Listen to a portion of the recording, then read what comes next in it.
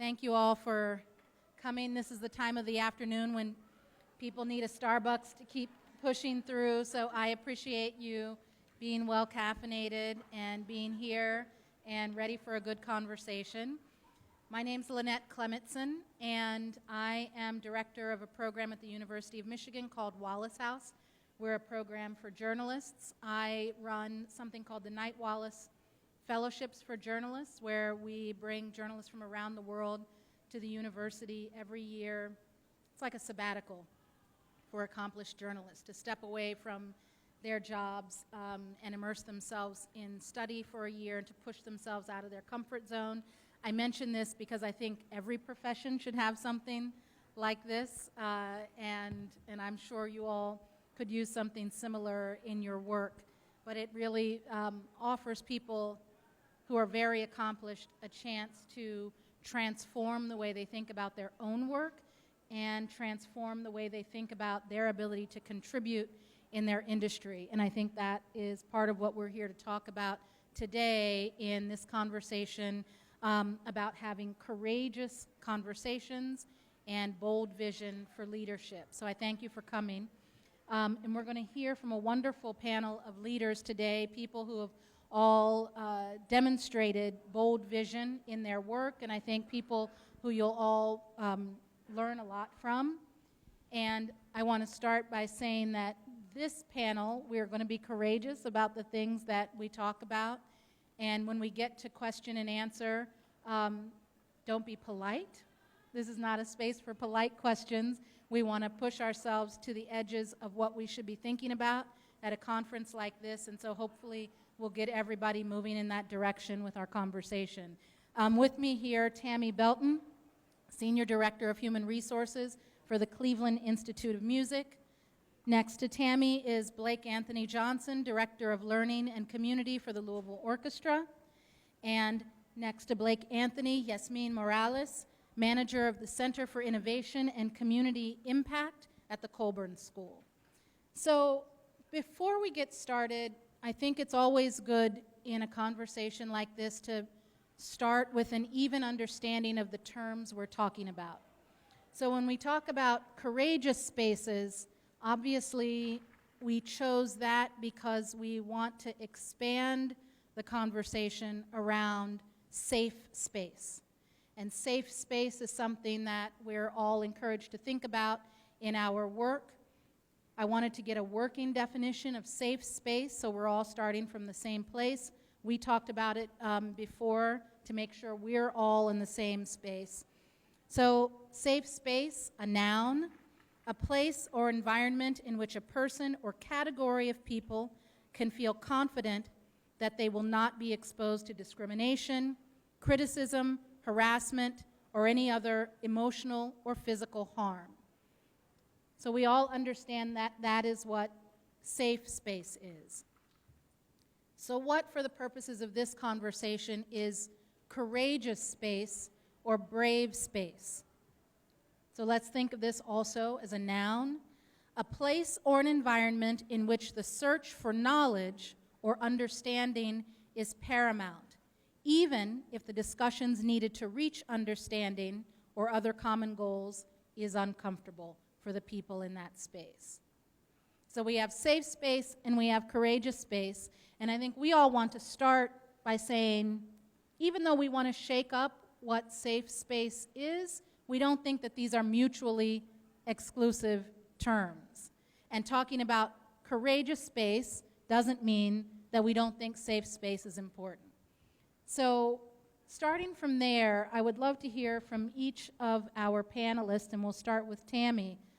Talk about a time in your work, and this gives you a chance to introduce what you do concretely for our audience, when you had to lead from a courageous space and redefine what courageous leadership looked like in your organization. Okay, thanks. Good afternoon again. My name is Tammie Belton. I'm Senior Director of Human Resources for Cleveland Institute of Music. So I am responsible for many hats. Not only do I hire and recruit and train and all of those good things of human resources, I also wear the hat of Title IX coordinator at the Institute. I also wear the hat of co-chair for diversity, equity, and inclusion at the Institute. So in my role, I'm constantly having to create safe and courageous spaces and have those conversations. And for me, it's an everyday thing. I have to be able to have conversations with my colleagues that aren't always comfortable. And when you reach out and have to push that envelope, you have to be able to put behind you the fear of having those types of conversations where people aren't always comfortable with the conversation you're going to have. And be aware of not be afraid, I should say, of the unknown of the end results of that conversation. So I have to do it on a regular basis in the job that I hold. And Jazmín, how does it? You're responsible for community impact. There's a lot just in that job title, and so your title implies that you're going for a courageous vision. How does this manifest in your work? Well, I think it really starts with the interpersonal relationships of the team who executes this work. And in our Center for Innovation and Community Impact, though we are a small team of 4, we work really hard on creating a safe space for everyone on the team in order to create an environment that is conducive to not just courageous conversations, but innovation, right? That's something that can really only happen in a place where there is mutual respect between all parties who are putting these ideas on the table and allowing knowledge to emerge organically from that. And in order to really hear other people and take feedback from other people and generate together, there has to be a sort of baseline of respect and understanding that, you know, we are in this mission together. And so I think we really try to lead from that place, and that sort of fractals outward into the work that we implement, into the relationships that we build in the community, and, you know, into the larger institutional vision. And Blake Anthony, you're in an interesting role because you're now in administration, and so you've been able to experience what courage and vision are like from the position of a performer and from leadership and administration. What does this look like in your work? Sure. I mean, when I hear the term safe spaces, I really think that as a think. Oh, sorry. Can you hear me now? Awesome. Her mic is better than mine. When I hear the term safe spaces, at least in my history, I've really used that as a think tank to create courageous spaces. So I think there's kind of a lot that comes with that. There is usually it usually kind of ties to a mission. So like, how does this kind of fulfill the mission of the institution? And then you really have to kind of address the culture of what that means. So it's not a safe space, for instance. It's not really a debate. It's not a discussion. I'm not trying to prove someone right. I don't want someone to convince me of their thought. It's really just a dialogue, and it's trying to find, okay, what is the truth in this conversation? And then I think within that, when you're creating a safe space, again, it's a think tank. So you're really trying to create rules. You're trying to make sure that you have immunity with your participation in the safe space. And then you're also trying to make sure that if you bring something up in a safe space, there's a call to action, so it can't be pacified with kind of grand gestures that don't really lead anywhere.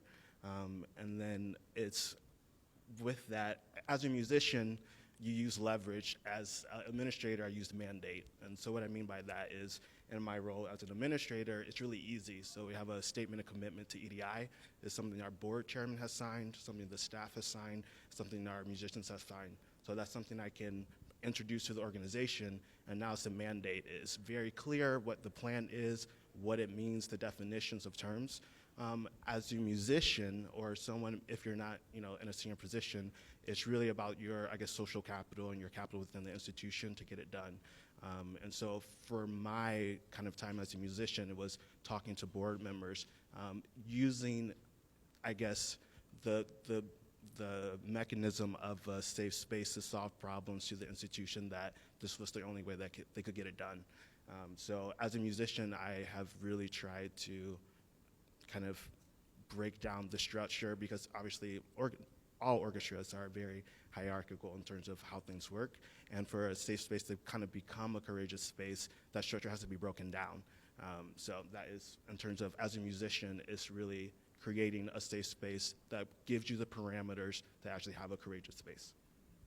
So let's push against this a little bit further. So this room is very full, which means people thought that this was a topic worth talking about. I think we've all worked for organizations, institutions that something happens, somebody's hired, maybe that person has diversity in their title, or a new division is started that has the initials DEI started, and somebody creates a brochure, and there are a lot of meetings, and then the next year things don't look any different, right? And then there are more meetings.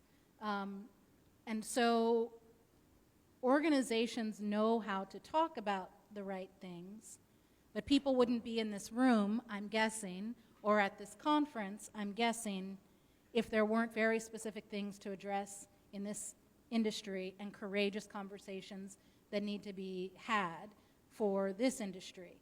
So why are we here in this room today to talk about this? Well, I'd actually like to reintroduce the sort of text of the premise that we were tasked with discussing, which presents safe space as an alternative to courageous space. And I think that this reflects a really clear generational lens in which, oftentimes millennials like us are sort of pegged as being these very highly sensitive, snowflake type people who are easily offended by things that other people say. And, so safe space is no good because, people are going to get offended. And heaven forbid, we hurt their feelings. And so I really want to acknowledge that that is a thing that happens and that a thing that people feel. And so in that context, it's constructed as fragility. Right? Correct. Yes, exactly right. And actually, in our lead workshops, we've spoken at length with Aaron and Afa about this moving from fragility to fortitude as leaders, is that being our monumental task. And really, for me, what that means is confronting my own pain around racism, my own pain for having been on the receiving end of the violence of white supremacy and patriarchy, because when someone says something that triggers that, it hurts, right? And so it has been a process of my own healing that has required, this movement from fragility to this idea of fortitude. But as a leader, I also recognize that not everyone is there. Not everyone is there yet on our side of the spectrum in terms of the fragility, but also on the opposite side, not everyone who is on the sort of on the end who's giving it out on the older side, they are sometimes also not at the point where they can recognize how we feel. So there's sort of like this disconnect between people who have acknowledged systemic racism and those who yet have not. And so when we examine this question of safe space, like who is actually safe in the space and who is benefiting from the safe space, and when we say that we would prefer to have a courageous conversation rather than something in safe space, I think what we're really saying is that, it doesn't, we can't worry about hurting people's feelings. And, in that case, I think we're really working to keep white people safe from feeling bad about saying something wrong. And so I just wanted to bring that into the conversation as a lens here, especially examining the other side of that.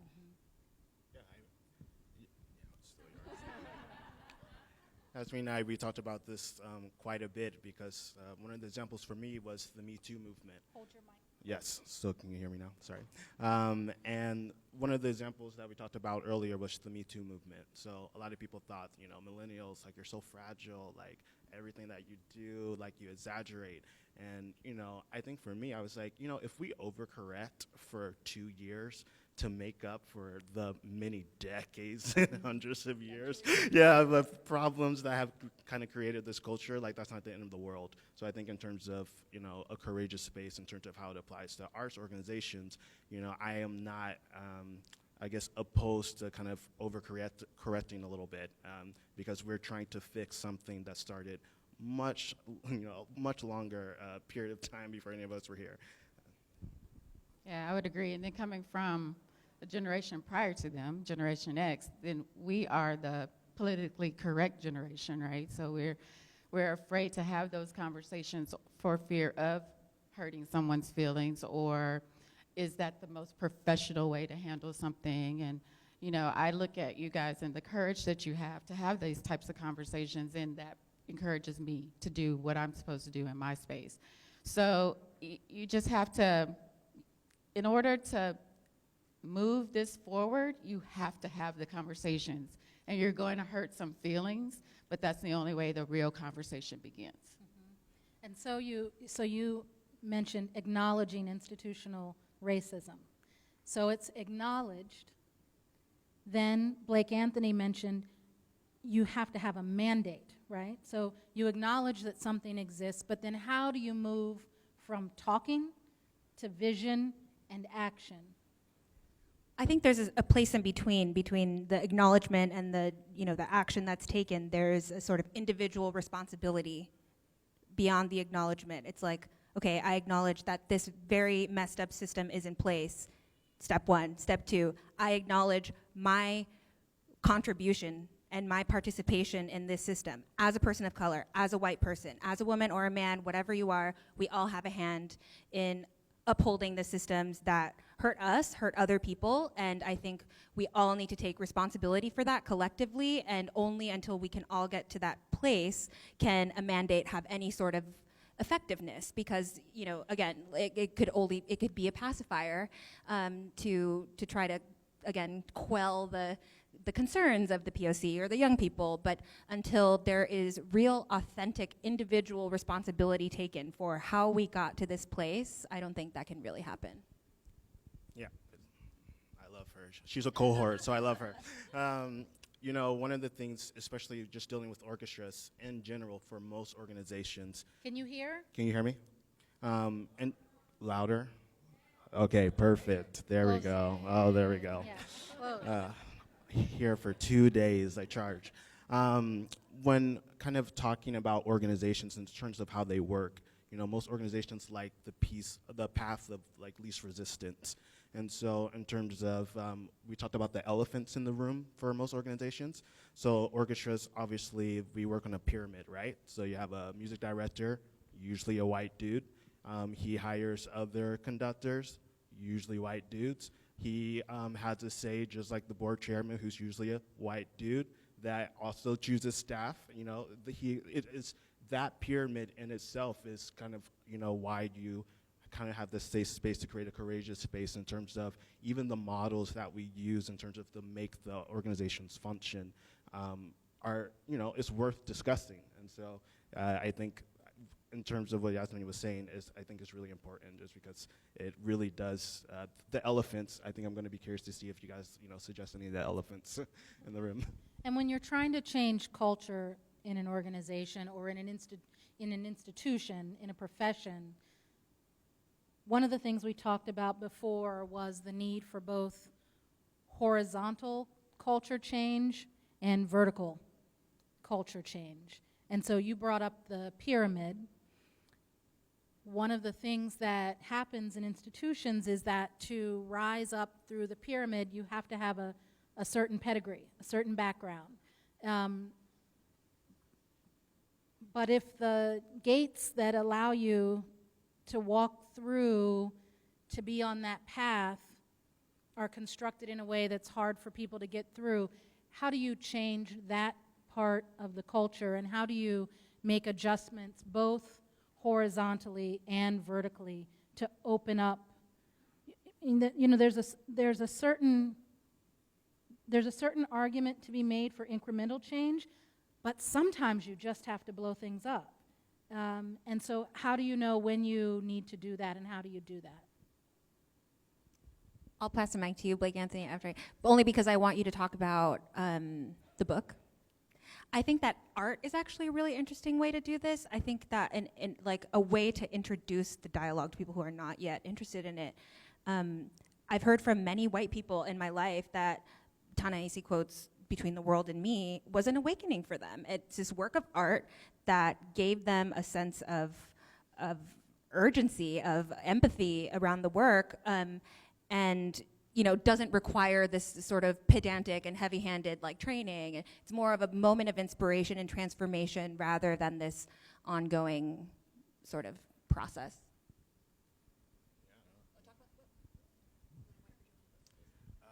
So, you know, there are really interesting kind of things happening in orchestras across the country in terms of EDI.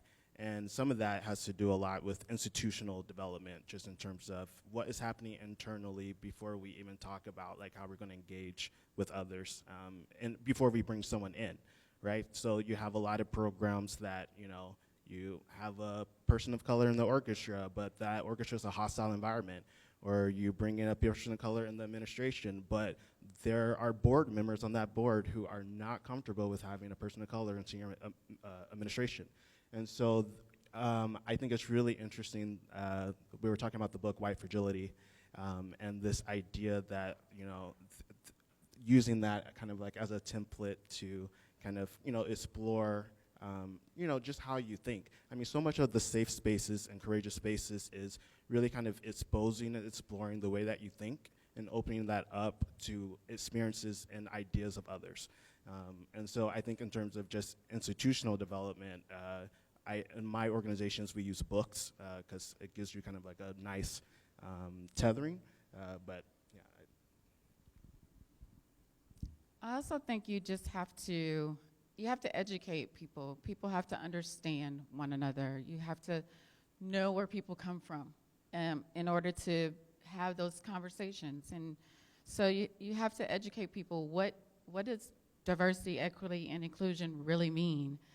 We talked about this earlier, that a lot of people get hung up on diversity meaning just one thing about race and ethnicity, and it's much more than that. So educating people on what those things actually mean, and not necessarily through a training class, but by just having conversations and helping people understand those things. So you have to start there, I think. And Tammie, you're in a unique role in human resources because you have an opportunity, well, I think we all have an opportunity, but your job specifically to have really quiet one-on-one conversations where you can help people to feel heard and then reach out into the organization to push it in the right direction, to acknowledge what you're hearing from people in that human resources context. So how do you, in your role, without being too specific, what are some of the issues that you think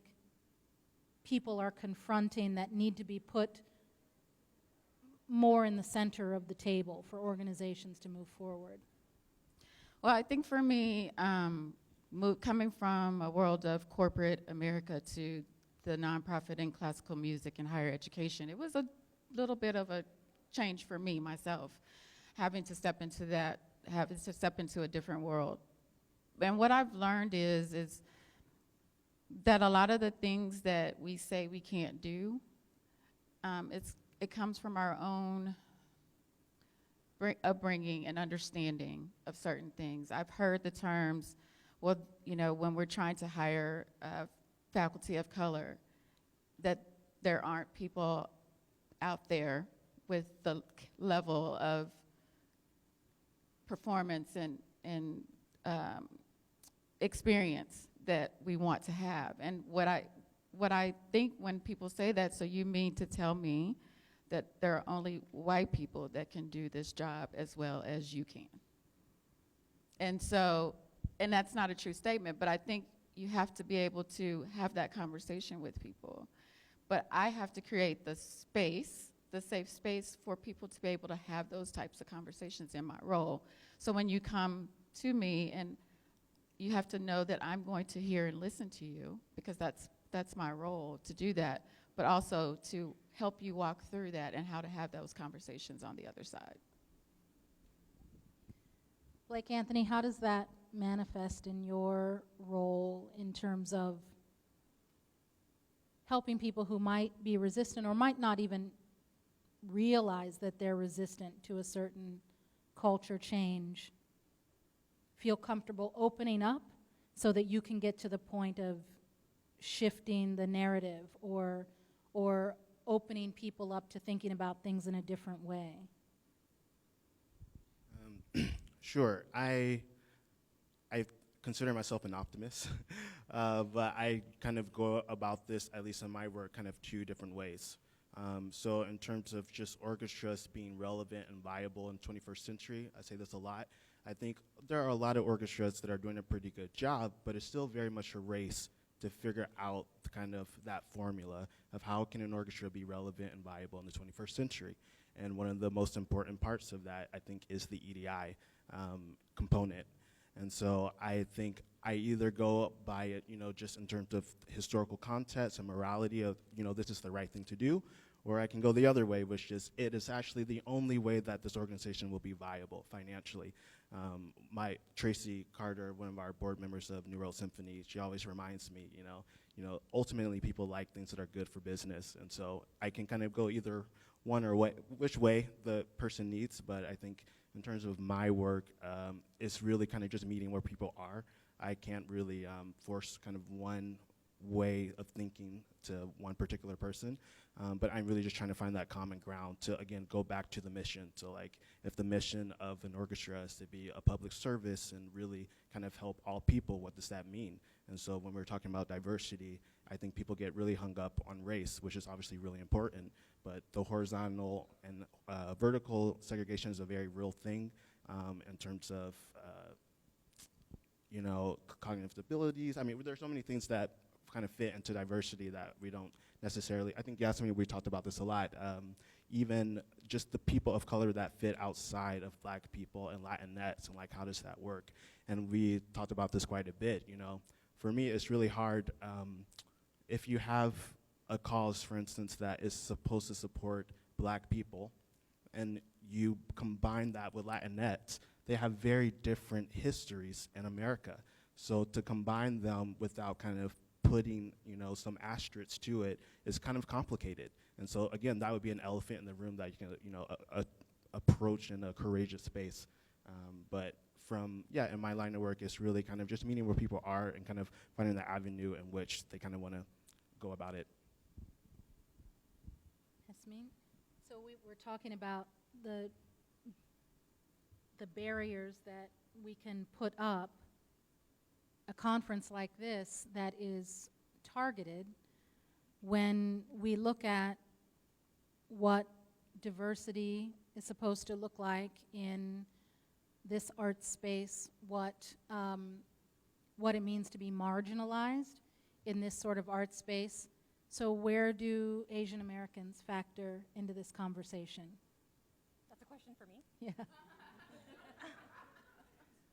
Okay. Well, this is a question actually that I have been thinking about a lot, and I don't think we take in sufficient we don't count that as a big enough win as a field. We focus so intensely, and rightfully so, on the lack of movement of Black and Latinx membership in American orchestras. But first of all, we're gauging all of this progress on a very narrow scope, starting with orchestras. That's just not the field of classical music, that we're moving way away from that. But since that's the data that we're usually citing, it's some of the only data that exists in the field, there has been a huge growth in Asian American orchestra membership, or Asian orchestra membership in general, and they are still a minority in the US. And I think that we should acknowledge that as a win and say, okay, actually, orchestras do look really different than they did 50 years ago. There are way more women in orchestras, there are way more Asian people in orchestras, and though there's still work to be done, that is an example that it's possible, right? That there is possibility, and of course we may need different approaches for different groups, but trying to exclude them from the conversation, from our statistics, it feels a little problematic for me. Or it can have the effect of pitting groups against one another. Totally, and because especially because you can't easily apply one solution for every group, then it's made to be problematic. Right. So we've been, I know it's difficult to answer some of these questions because you don't want to be overly specific about your organizations that you work for now or organizations that you've worked for in the past, but let's talk about a space like this. And I'll speak from my own industry that has similar organizations. It does happen sometimes that people will come to a conference like this and they say, well, I did that for the year, right? I went to SphinxConnect, and so did my diversity stuff for the year. And I had all of the conversations. We talked about all of the things. Okay, let's get back to work. What about an organization like this, and how do you keep an organization like this keeping a radical edge and pushing the conversation and not making sure that this space, which was meant to create comfort for certain groups, becomes too comfortable? How do you have very uncomfortable conversations in a space like this? Anybody?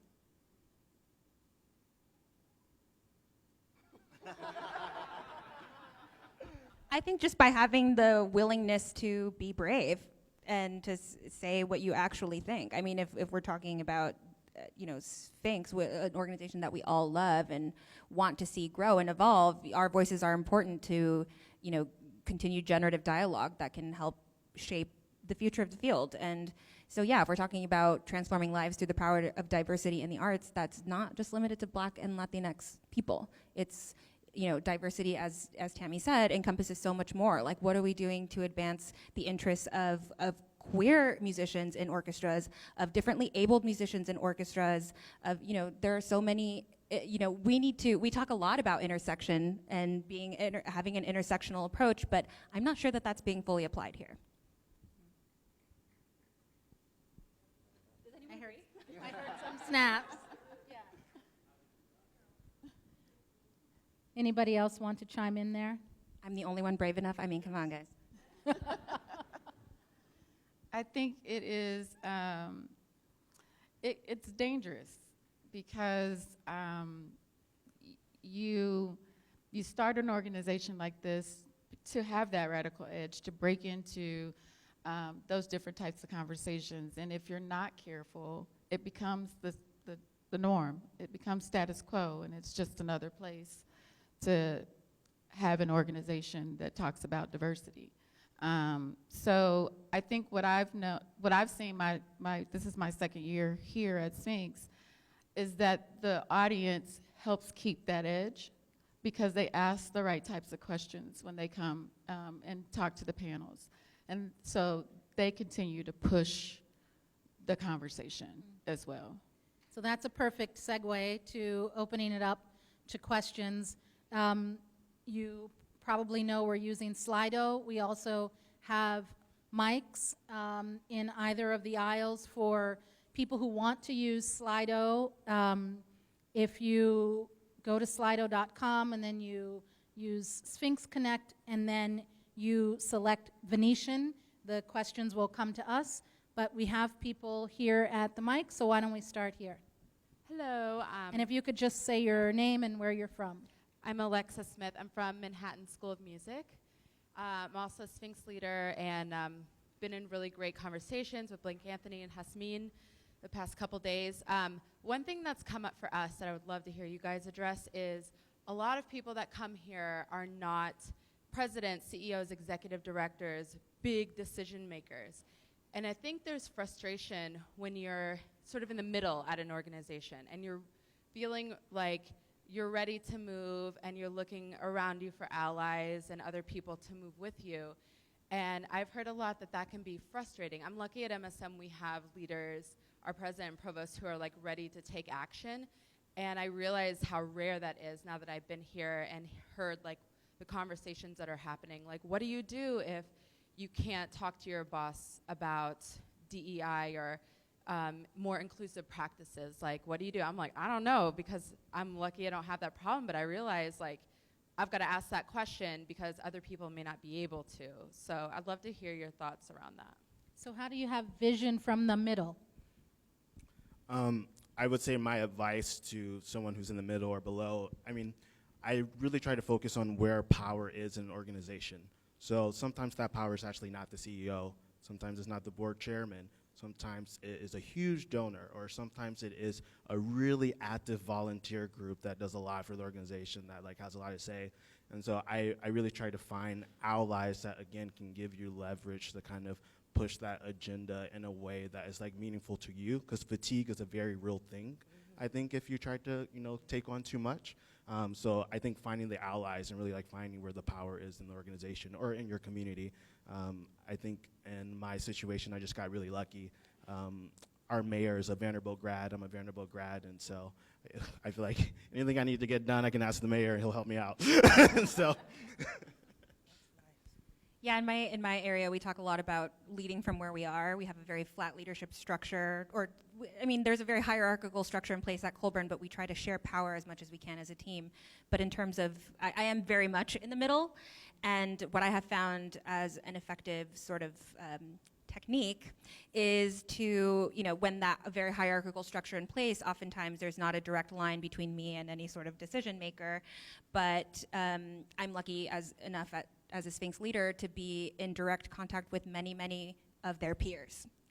And so I think building a sort of coalition that can work on your behalf to advocate for what your vision is, and who can, be on their level and say, like, we're doing this, what are you doing? Or like, this is important, do you agree? Or, pose questions and start, to generate the ideas that can later come to fruition. Snaps to Paul Hogel, he's in the room.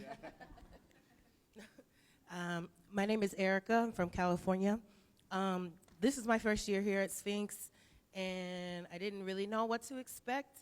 And my field is vocal performance and theater performance, and I teach as well. And my question is, I had spoken to somebody about it yesterday, and then also I went to the orchestra show earlier, and a little girl asked the same question that I asked, and it was, I feel a little like to connect with the intersectionality and all the things classical.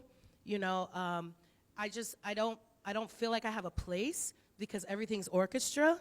And even when I applied to be a fellow, like I listed everything that I do, which is not orchestra at all. And so I'm asking for you as in a leadership position and have been here, are there any things in the mix coming soon in the future for vocalists, especially classically based vocalists? I studied opera. There's not like a lot of connections for Black female opera singers as well as Latinx opera singers and Asian opera singers as far as I know. But because I came here for those connections, to connect, there isn't really anything for me to connect to, as opposed to I am a composer, so that's great too, so I can, connect that way. But then again, I don't see a lot of Black female composers composing for films and things like that, so I don't really feel like there is a real spot for me yet. So I just wanted to put that out there and ask you, like, are there any of those conversations happening to expand this classical music genre? Yeah, thank you. That was awesome. Obviously I don't work for Sphinx, so I can't answer that question directly. But what I can say, because I love Afa, she knows this. She is really easy to get a hold of. So, and I do mean that wholeheartedly. I don't think I'm overstepping by sharing that. So that is a very real question that she would have a real conversation with you. And if you have like thoughts, I would, when we were talking about keeping an organization this size that does so much good radicalized, that is, again, like the contributions of individuals that, can really push that change. And luckily, Alpha's an ally, so that is a really kind of easy, I think, kind of model to, go to. Here, and then we'll check with Slido. Yeah, thank you all so much. I think that this is a really great question that you posed around, specifically at Sphinx, what can we be doing more around courageous conversations? And I'd love to hear your thoughts on a few ideas that have been popping up in my mind over the past day and a half. I'm a little confused by the repertoire selection in the like competitions, for example, the performance that we saw today. I'm wondering if there is a conversation happening at Sphinx around actually programming the composers that we're talking about, advocating for throughout this entire conference. I'd also love to hear if you guys think that like roundtable discussions or small group discussions might be able to pull out some of the more discomfort the like crickets chirping at that question, I think kind of demonstrates of how personal these conversations need to be in the small group discussion. And if there's any kind of action steps that I wonder if we could take toward legislation. Like, is that something, are we this power, this body here that can really put voice to something on a national scale? You can start with the election in 2020. Right. Thank you. So there were 3 questions in there. The one about the repertoire here, and one about just the forum. So a big room like this is great, but for something as personal as this conversation, how do we have breakout sessions or something where people can feel a bit safer having courageous conversations? I'll do the latter. That's an easier one. So in terms of my experience with kind of courageous spaces, you're right. I mean, it does require very small roundtables. So at least the last time I did it, it was 2 musicians, 2 board members, and 3 senior staff members. And we spent 2 months meeting regularly, having dinners, before we even got to the point that we could like really dive into the conversation. And then probably month 3 or 4, it was a big conversation. Should we bring other people in? And it was impossible, because it took 2 months just to build up the rapport and the safe space to really move it to a courageous space. So, I mean, you're right. I mean, in this setting, I don't expect anyone to come up with the mic and give me a big elephant in terms of what they would like us to, discuss courageously. But the round tables, I mean, the small groups work, because it is a trust thing, and that's why it's going back to kind of the requirements of what moves a safe space to a courageous one. So the immunity aspect, the breaking up the structure, if you participate, and then just the idea that, you, at the end of it, there's a call to action to anything that is brought up. And so it starts so small, and I will say when we did open up, we made it like through line 1 of what I thought was going to be a fairly like easy path to like really bring it up to the mass of the organization, and we like didn't pass the introduction. And so I remember really speaking like, oh my God, like we gave them like a joke teaser basically to kind of just warm up the room, and it was like chaos. So it does, the round tables is definitely kind of an important thing. In regards to repertoire, I think actually Sphinx does an amazing job of presenting and commissioning works of composers that they advocate for. You'll see it on the concert tomorrow. You see it with Sphinx Virtuosi on their tour. In terms of specific competition repertoire, I think the intention is to prepare students for competitions outside of Sphinx. Like, this is repertoire that they need to have with them for the rest of their lives. I don't know what the rep was for SOPA. If someone else wants to speak to that, I imagine it was traditional orchestra audition rep, which they need and they need to practice. But Sphinx actually is quite good at presenting and commissioning new works by composers that they advocate for. I want to make sure we don't forget Slido if we have a question. This is Noah. My name is Noah. The top question was, being in courageous conversations is emotionally exhausting. So would you share some of your practices for self-care to ensure that you don't burn out? That's a good question. Self-care, burnout, and courageous leadership. That is an That's excellent all. question. Do we have another hour? Yeah. Yeah. So you do have to take care of your own mental health, especially when having these types of conversations. And for me, I do several things. I exercise in a group that gives me good energy, where I don't have to think about this conversation because it's always in the back of my mind. And 2, I read a lot of different things to help me stay on point and keep myself focused, so that when I am able to have the conversations, I can speak to different things. So you really have to be careful about over-exhaustion, but you can't let it die either. So take care of yourself however you see fit, but physically and mentally it's very important. and I'm just going to speak kind of. I'm going to speak kind of on the other side of this because I feel like a lot of musicians of color come to me about the fatigue part, if they are the only one or two, whether it be in the administration or the orchestra. And I think there is some hard truths to it that you just have to realize from the cards that you got of being a person of color or, being that, discomfort in the organization, that you have more work to do than most people if they don't also engage. So like everyone is obliged to kind of do that personal growth that Jazmín was saying. And so I think it's really important to take care of yourself, but just realize I think it's just kind of a reality of kind of what comes with the territory, unfortunately. And just kind of, putting up safety mechanisms to make sure that you can do that in a healthy way. For me, it has been a very disciplined meditation practice.